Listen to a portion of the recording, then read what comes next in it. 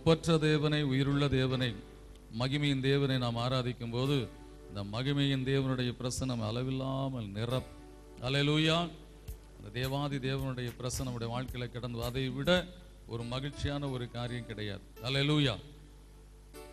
கர்த்தாவின் தேவர்களில் உமக்கொப்பானவர் யார்? வானத்திலும் பூமியிலும் உமக்கொப்பானவர் யார்?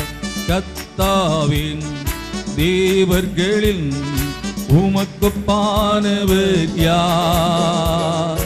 வானத்திலும் பூமியிலும் உமக்கொப்பானவர் யார்? உமக்கொப்பானவர் யார்? உமக்கொப்பானவர் யார்? உமக்கொப்பானவர் யார்? உமக்கொப்பானவர் யார்? இந்த வானத்திலும் பூமியிலும் உமக்கொப்பானவர் யார்? இந்த வானத்திலும் பூமியிலும் உமக்கொப்பானவர் யார்?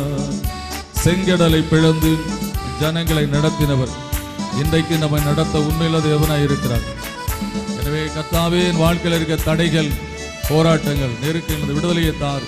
கர்த்தரை நன்றியோடு சோதரி. அந்த தேவாதி தேவன் இன்றைக்கு நமக்கு அற்புதங்களை செய்ய உண்மையுள்ளவராய் இருக்கிறது.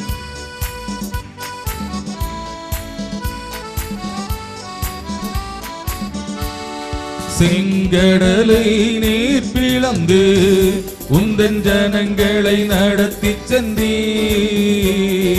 செங்கடலை நீர் பிளந்து உந்தன் ஜனங்களை நடத்தி சென்றீ.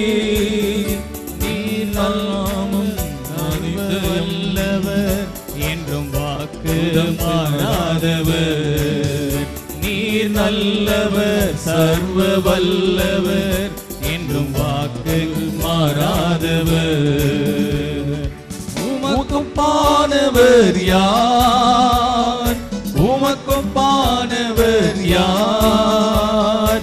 உமக்கொப்பானவர் யார்? உமக்கொப்பானவர் யார்? இந்த வானத்திலும் பூமியிலும் உமக்கொப்பானவர் யார்? இந்த வானத்திலும் பூமியிலும் உமக்கொப்பானவர் யார்? மகிமையின் தேவனை, ஒப்பற்ற தேவனை, உயிருள்ள தேவனை, நன்றி மிகுந்த இருதயத்தோடு இந்த மாலை வேளையிலே கர்த்தரை ஸ்தோத்திரிப்போம். அல்லேலூயா. தேவாதி தேவனை வல்லமையின் பிரசன்னம் இறங்கட்டும். கர்த்தாவே, இங்கே வந்திருக்கிற ஜனங்கள் கர்த்தரே தெய்வம் என்று அறிந்து கொள்ளும்படியாய் இந்த வல்லமை இறங்கட்டும். அக்கினி கடந்து வரட்டும். பிசாசின் கட்டுகளில் கட்டப்பட்டிருக்கு சிந்தையை அறுக்கப்படட்டும். இந்த சிந்தையை கட்டுவதற்கு கட்டுகளை அறுத்து போடும். மாய்மால கிரிகளை அழித்து போடும். கர்த்தரை அறிகிற அறிவிலை கர்த்தாவே வளரும்படி ஆவியாருடைய பிரசன்னம் ஒவ்வொரு நிறப்பட்டும். நன்றியோடு போய் துதிக்கிற கர்த்தாவே. தூதர்கள் உண்ணும் உணவால் உந்தன் ஜனங்களை போஷித்தீரே.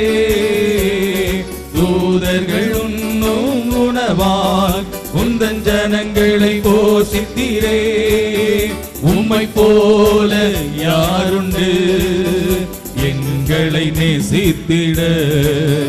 உம்மை போல யாருண்டு எங்களை நேசித்திட? உமக்கொப்பானவர் யார்? உமக்கொப்பானவர் யார்? உமக்கொப்பானவர் யார்? உமக்கொப்பானவர் யார்? இந்த வானத்திலும் பூமியிலும் உமக்கொப்பானவர் யார்? இந்த வானத்திலும் பூமியிலும் உமக்கொப்பானவர் யார்? கண்மலையை பிளந்து தண்ணீரை கொடுத்த தேவன் இன்றைக்கு உள்ள தாகத்தை தீர்க்க உண்மையில தேவனாய் இருக்கிறார். இயேசுவே, நான் இளைப்போடு வந்திருக்கிறேன். இங்கிருந்து ஒரு இளைப்பாறுதலோடு கடன் செல்லும்படியாய் எனக்கு இறங்கும் ஆண்டவரே என்று சொல்லி தேவ சமூகத்திலே கேட்போம். கர்த்தர் இன்றைக்கும் நம்மை நடத்துகிற தேவன். புல்லுள்ள இடங்களை மேய்த்து அமர்ந்தத்தில் நடத்த உண்மையில தேவனாய் இருக்கிறார். நன்றியோடு கர்த்தரை சோதரிப்போம்.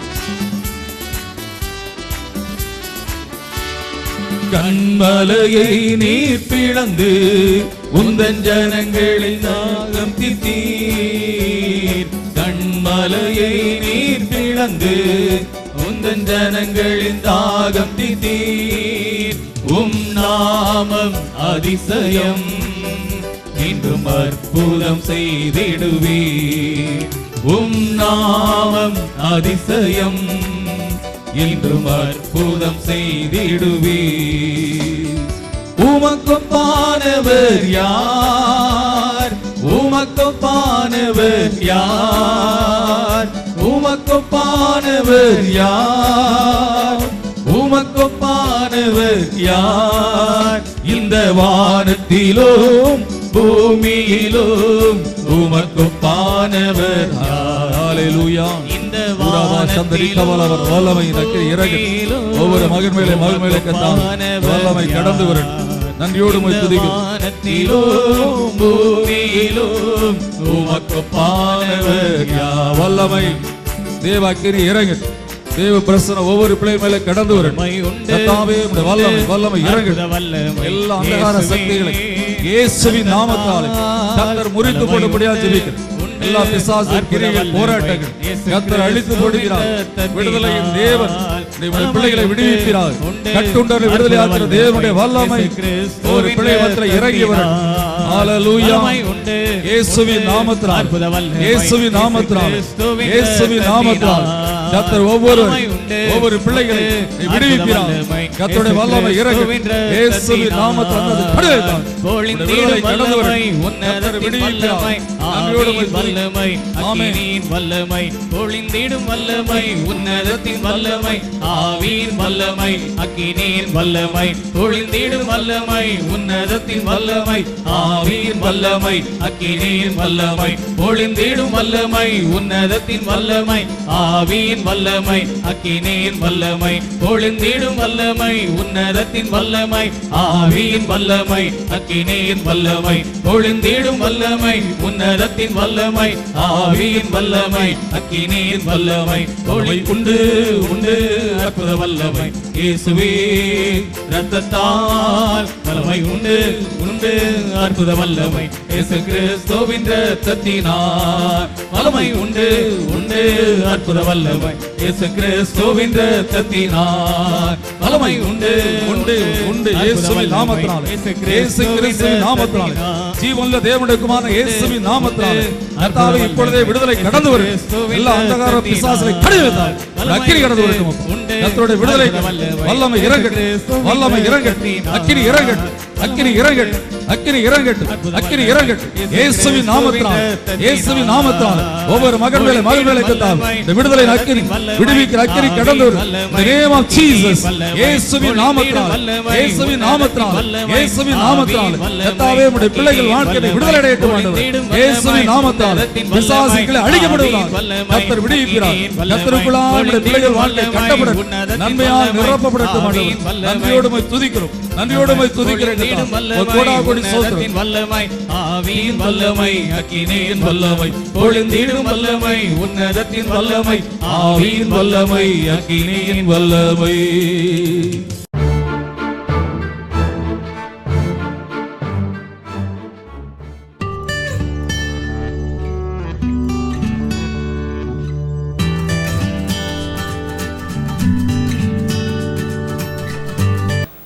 இந்த அருமையான நாளில் நான் உங்களோடு கூட பகிர்ந்து கொள்ளும்படியான தேவனுடைய வார்த்தை 2 சாமுவேலின் புஸ்தகம் 7ஆம் அதிகாரம் 18, 19, 20 வசனங்களை நான் உங்களோடு கூட பகிர்ந்து கொள்ள வாஞ்சிக்கிறேன்.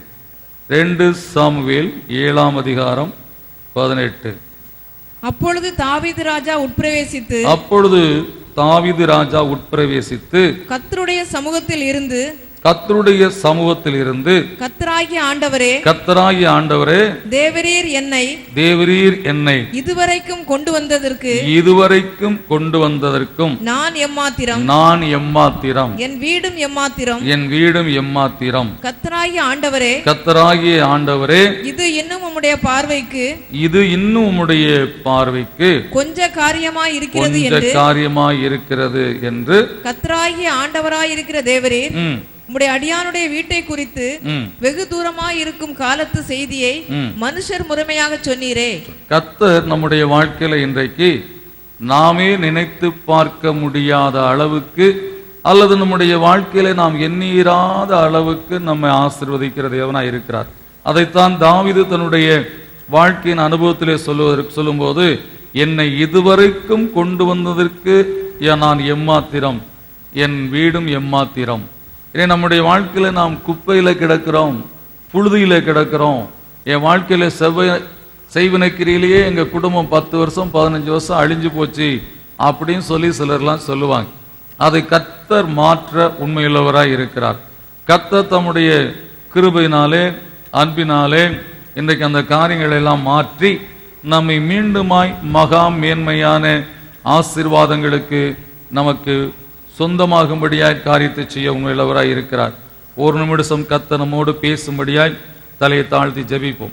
எங்களை நேசிக்கிற அன்பின் தகப்பனே, உம்முடைய குமாரனாய் இயேசுவின் நாமத்தினாலே இந்த அருமையான மாலை வேளையிலே நீர் கர்த்தாவுடைய பிள்ளைகளை கூட்டி சேர்த்ததற்காய் நன்றி செலுத்துகிறோம்.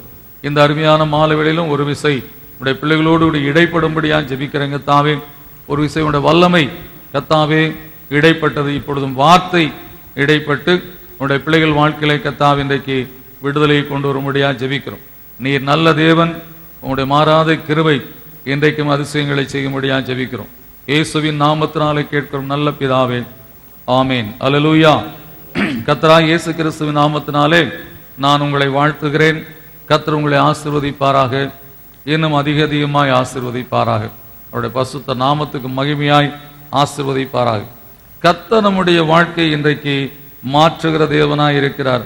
ஆதியாகமம் 32ஆம் அதிகாரம் 10ஆம் வசனத்துல ஒரு மனிதன் சொல்லுகிறான், தன் வாழ்க்கையிலே ஒன்றுமில்லாதபடி கோலும் கையுமாய் அவன் நடந்து போனவன் 2 பரிவாரங்களுக்குரிய ஒரு மனிதனாய் மாறின பின்பாக ஆதியாகமம் 32ஆம் அதிகாரம் 10ஆம் வசனத்திலே சொல்லுகிறான், அடியேனுக்கு தேவரீர்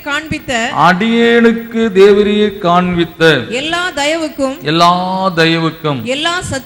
எல்லா சத்தியத்துக்கும் நான் எவ்வளவேனும் பாத்திரன் அல்ல. நான் கோலும் கையுமாய் இந்த யோர்தானை கடந்து போனேன். இப்பொழுது இவ்விரண்டு பரிவாரங்களை உடையவனானேன் என்று சொல்லுகிறதை பார்க்கிறோம். எல்லா தயவுக்கும் என்று சொல்லி அங்கே சொல்லுகிறான். அடியேனுக்கு தேவரீர் காண்பித்த எல்லா தயவு, the kindness of God. இன்றைக்கு தேவன் நம்முடைய வாழ்க்கையிலே தயவு செய்ய விரும்புகிறார். அந்த தயவை நாம் பெற்றுக்கொள்ளக்கூடிய மக்களாய் இன்றைக்கு நாம் காணப்படும் போது கர்த்தர் அந்த தயவினாலே, அவர் தயவு வைத்திருக்கிறார், அந்த தயவினாலே நமக்கு ஒத்தாசை செய்து நம்மை தூக்கிவிட விரும்புகிறார். இன்றைக்கு அவன் கோலும் கையுமாக அவன் கடந்து போனவன். அவனுடைய வாழ்க்கையில தேவ தயவை அவன் நாடுகிறான்.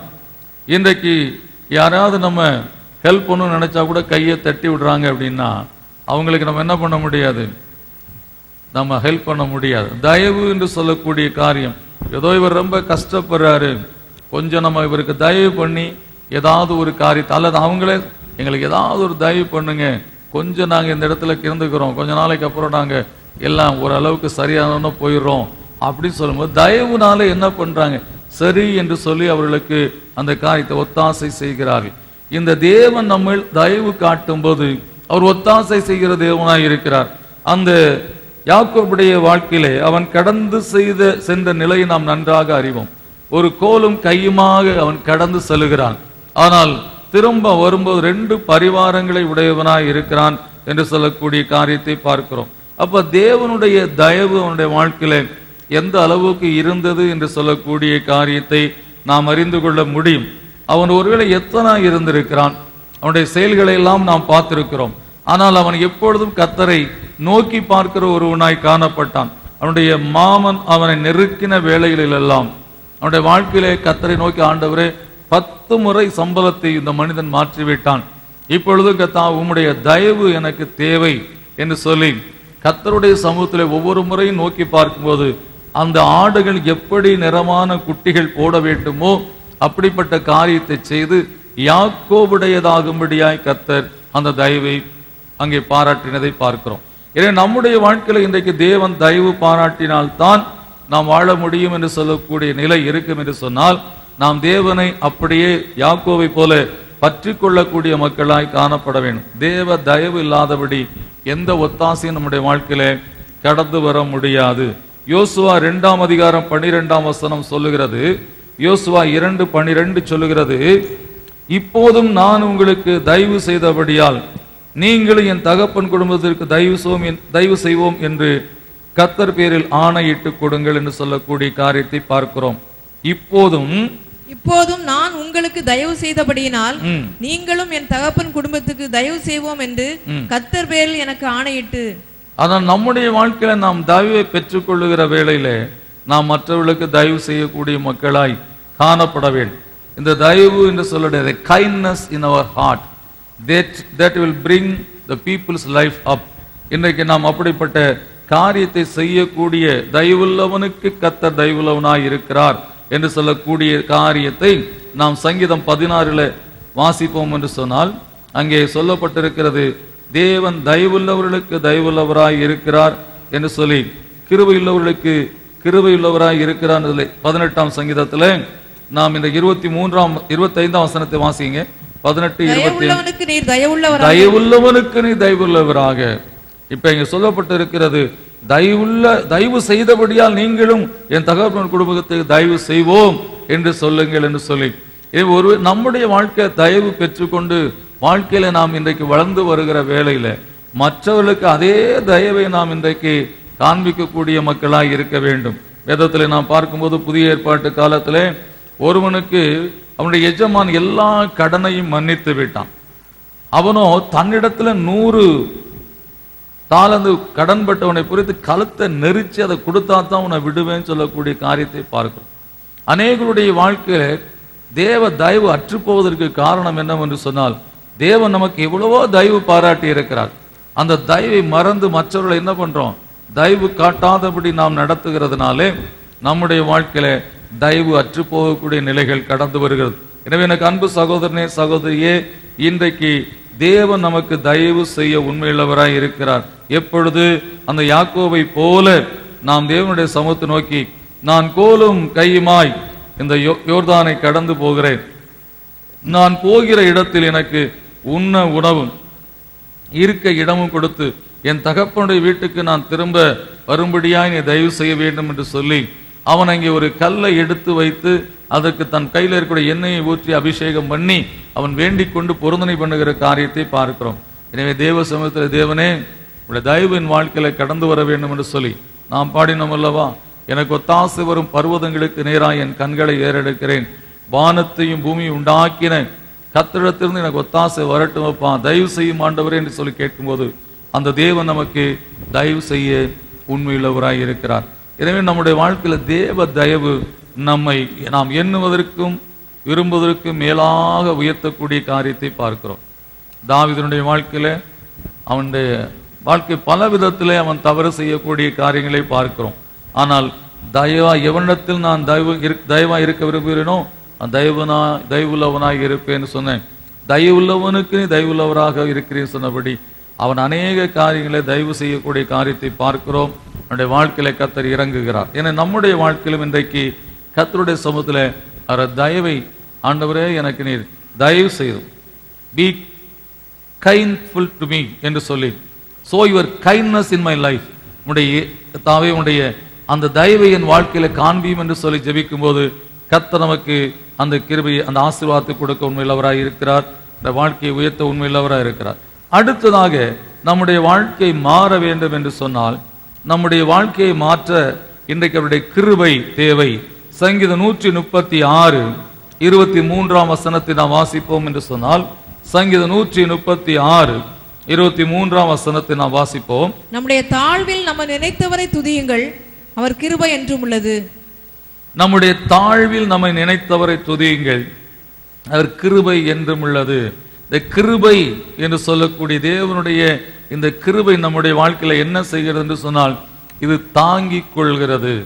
இந்த சிலுவையில ஆண்டவராய் இயேசு கிறிஸ்து நம்முடைய பாவங்களை, நம்முடைய சாபங்களை, நம்முடைய ரோகங்களை எல்லாம் அவர் தன்னுடைய வாழ்க்கையிலே அதை ஏற்றுக்கொண்டார், தாங்கிக் கொண்டார் என்று சொல்லக்கூடிய காரியத்தை பார்க்கிறோம். எனவே தேவனுடைய கிருபையை இன்றைக்கு நாம் அல்லத்தட்டி கொண்டிருக்கக்கூடிய ஒரு வாழ்க்கை இல்லாதபடி தேவனுடைய கிருபையை பற்றி கொண்டிருக்கக்கூடிய ஒரு வாழ்க்கை காணப்பட வேண்டும். மறுபடியும் மறுபடியும் எச்சரிப்பை கர்த்தர் சொல்லிக்கொண்டே இருக்கிறார் என்று சொன்னால், அந்த காரியத்தை குறித்து நாம் செவிகூடாதபடி வாழ்ந்து கொண்டிருக்கும் போது ஒரு நாள்ல அந்த கிருபையானது நம்முடைய வாழ்க்கையை விட்டு அற்று போய்விடும். அதைத்தான் 2 நாளாகமம் 33ஆம் அதிகாரத்திலே தேவனுடைய கிருபையினாலே மனாசே என்று சொல்லக்கூடிய ஒரு மகனை அந்த எசேக்கியா ராஜாவினுடைய வாழ்க்கையிலே கர்த்தர் கொடுத்தார். அவன் 12 வயதிலே ராஜாவானான். எவ்வளவு பெரிய கிருபை என்று சொல்லி நன்றாக தெரியும். 12 வயதிலே ராஜாவானவன். ஆனால் அவனுடைய வாழ்க்கையில் அவன் எப்படி பிறந்தான், அவனுக்காக அவன் தகப்பன் சுவர்புறமாய் திரும்பி அழுதான். நீ மரித்து போவீர் என்று சொல்லி தேவனுடைய ஊழியக்காரன் ஏசாயா தீர்க்கதரிசி அந்த எசேக்கியா ராஜாவை பார்த்து சொன்னபோது, ஐயோ நான் வாரிசு இல்லாமல் மரிக்க போகிறேனே, இந்த ராஜ்யபாரத்தை நான் யாரிடத்தில் ஒப்பு கொடுத்து விட்டு மரிப்பேன் என்று சொல்லக்கூடிய ஒரு ஆதங்கத்தோடு, கர்த்தாவே நான் ஒக்கும்பாய் மன உத்தமமாய் நடந்தேனே என்று சொல்லி அவன் அப்படியாய் கண்ணீர் விட்டு அழுகிறான். அவருடைய உள்ளத்தில் இருக்கக்கூடிய அந்த எண்ணத்தை பார்த்து கர்த்தர் அந்த வீட்டின் முற்றத்தை அந்த ஏசாயா தீர்க்கதரிசி தாண்டுவதற்கு முன்பாக, நீ என் ஜனத்தின் அதிபனிடத்திலே போய் சொல், நான் அவருடைய நாட்களோடு 15 ஆண்டுகளை கூட்டுவேன் என்று சொல்லி அந்த 15 ஆண்டுகளை அவனுக்கு கூட்டி கொடுத்து, அந்த 15 ஆண்டுகளுடைய அந்த 3ஆம் வருஷத்துல அவனுடைய குமாரனாகிய மனாசே பிறக்கும்படியான காரியத்தை கர்த்தர் செய்கிறார். அந்த மனாசே தன்னுடைய வாழ்க்கையில ராஜாவாகிற போது அவன் 12 வயதுள்ளவனாய் இருந்தான்.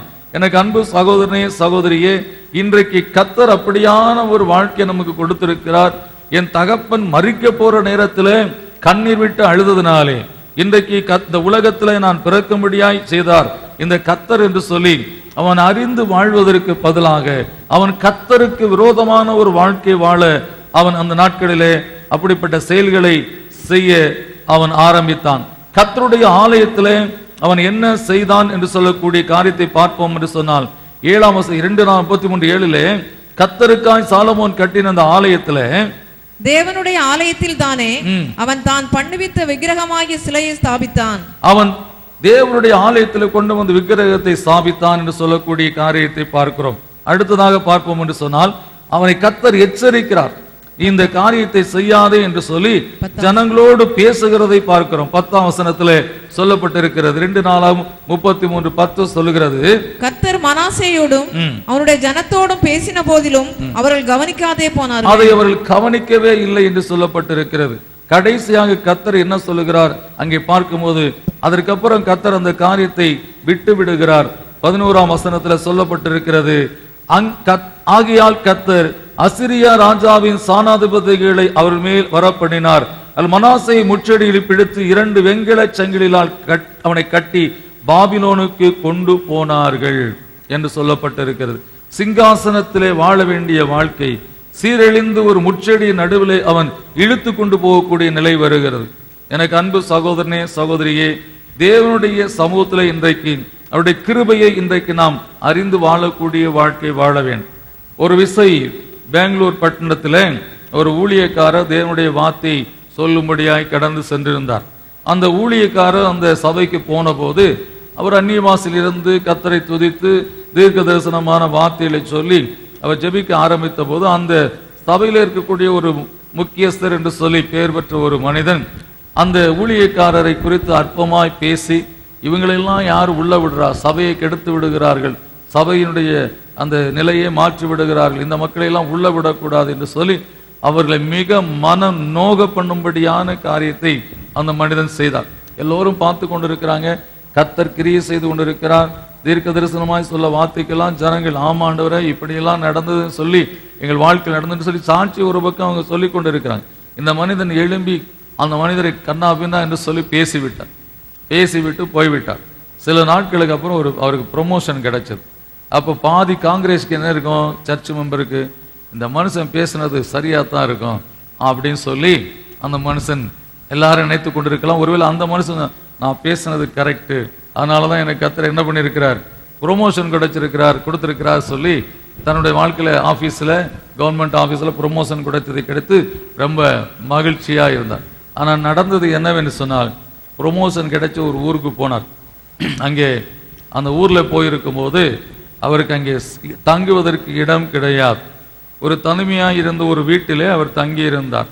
அந்த வீட்டிலே தங்கி இருக்கும்போது ஒரு வேலை செய்து கொண்டிருக்கிறார். இரவில் தங்கி ஒரு நாளில் அவருக்கு ஹார்ட் அட்டாக் வந்து இறந்து விட்டார்.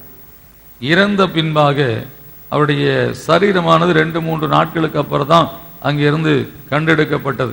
அவர் வேலைக்கு வரலையே, ஆளுக்கான ஒரு ஊருக்கு போயிட்டாரோ, அவர் வந்து இங்கே வேலைக்கு வந்தார், குடும்பமெல்லாம் அங்கே இருக்கேன், அங்கே போய் விட்டாரோ என்று சொல்லி பல குழப்பத்தில் அப்படியே விட்டு விட்டார். திடீரென்று சரி அங்கேயும் வரல இங்கேயும் வரல அப்படின்னு சொல்லி அவருடைய தங்கியிருந்த வீட்டை அடைத்த போது துர்நாற்றத்தோடு அந்த சரீரமானது கிடந்தது. அப்பொழுது என்ன பண்ணாங்க, அதை எடுத்து அந்த செய்ய வேண்டிய முறைமைகள் போஸ்ட்மார்டம் எல்லாம் பண்ணிவிட்டு அங்கே கொண்டு போனார்களாம்.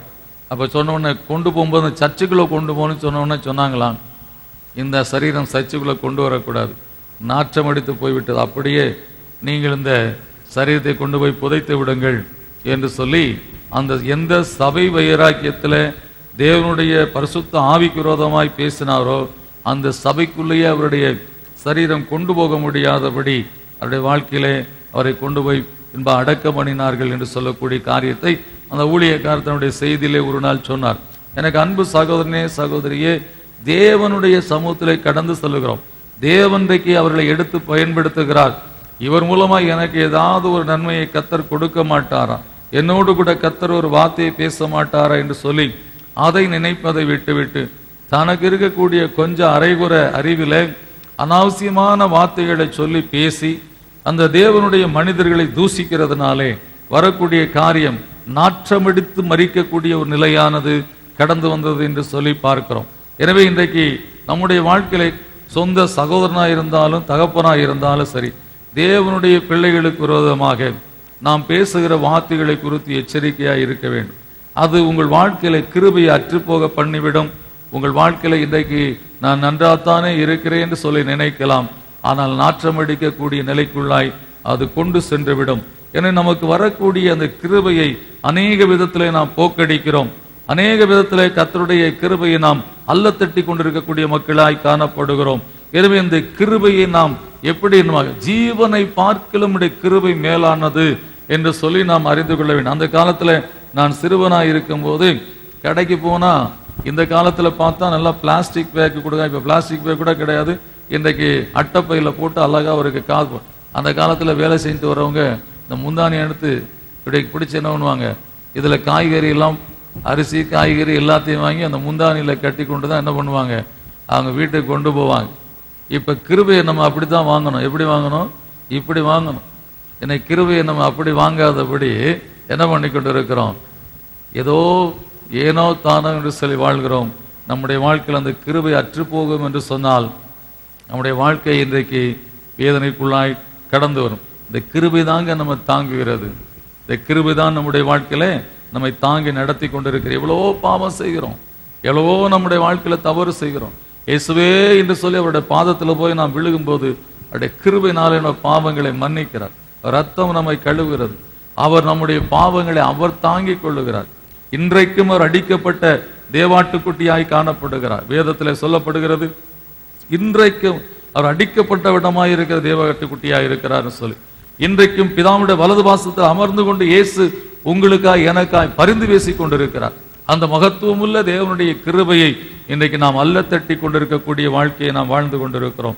ஒருவேளை நம்முடைய வாழ்க்கையில் இருக்கக்கூடிய ஐஸ்வர்யத்தினாலோ அல்லது நம்முடைய வாழ்க்கையில் இருக்கக்கூடிய பெருமைக்குரிய காரியங்களாலோ இன்றைக்கு தேவ கிருபையை நாம் இன்றைக்கு நம்மை தாங்கி இதுவரை நடத்தி கொண்டிருக்கக்கூடிய கிருபையை அந்த மனாசை அன்றைக்கு அள்ளத்தட்டினான்.